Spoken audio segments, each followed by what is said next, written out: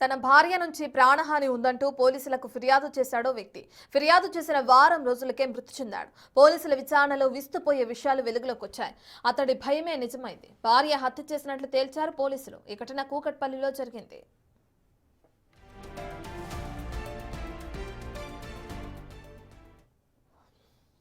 గత 24న సుధీర్ రెడ్డి అనే వ్యక్తి మృతి చెందాడు. అనుమానాస్పద మృతిగా కేసు నమోదు చేసి దర్యాప్తు చేశారు పోలీసులు. సుధీర్ రెడ్డిని భార్య హత్య చేసినట్లు గుర్తించారు. వివాహితుల సంబంధానికి జల్సాలకు అడ్డుగా ఉన్నాడని భార్య హత్య చేసినట్లు గుర్తించారు.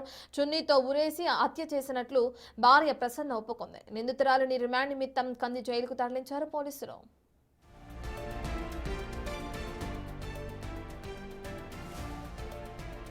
పూర్తి వివరాలని మా ప్రతినిధి అనిల్ అందిస్తారు. కూకట్పల్లి పోలీస్ స్టేషన్ పరిధిలోని ఈనాడు కాలనీలో దారుణం చోటు చేసుకుంది. డిసెంబర్ 24న అనుమానాస్పద మృతిలో సుధీర్ రెడ్డి మృతి చెందిన విషయం తెలిసిందే. అయితే కొత్తగా ట్విస్ట్ అయితే వెలుగులోకి వచ్చిందని చెప్పాలి. భార్యే భర్తని హత్య చేసినట్టుగా కూడా పోలీసులు గుర్తించారు. దానికి సంబంధించి ప్రజెంట్ ఆమెని దర్యాప్తులో భాగంగా విచారించిన అనంతరం ఆమె హత్య చేసినట్టుగా కూడా పోలీసులు గుర్తించారు. ప్రజెంట్ ఆమెని రిమాండ్కి అయితే తరలించడం జరిగింది కంది జైలుకి.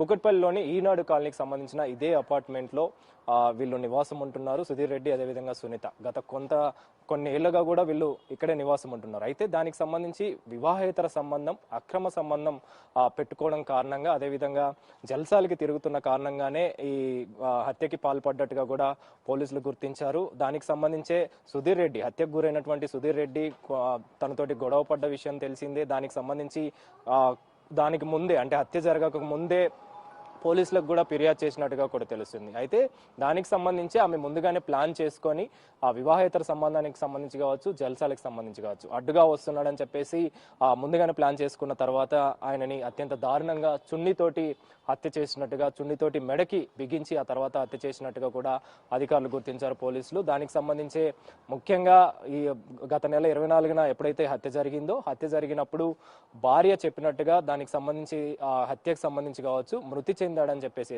మధ్యరాత్రి తాగి రావడం, తాగిన అనంతరం ఆయన అనుకోని పరిస్థితులలో మంచానికి తగులుకున్న అనంతరం ఆయన మృతి చెందాడని చెప్పేసి భార్య చెప్పిన వివరాల ప్రకారం వాళ్ళు కేసు నమోదు చేసుకొని అయితే దర్యాప్తు చేశారు. అంటే అనుమానాస్పద స్థితిలో అనుమానాస్పద మృతిగా కూడా కేసు నమోదు చేసుకొని దర్యాప్తు చేశారు. అయితే ఆ సుధీర్ రెడ్డి అక్క, హత్య గురైనటువంటి సుధీర్ రెడ్డి అక్క కేసు దానికి సంబంధించి ఫిర్యాదు చేయగా, ఫిర్యాదులో భాగంగా ఇన్వెస్టిగేషన్ వేగవంతం చేశారు.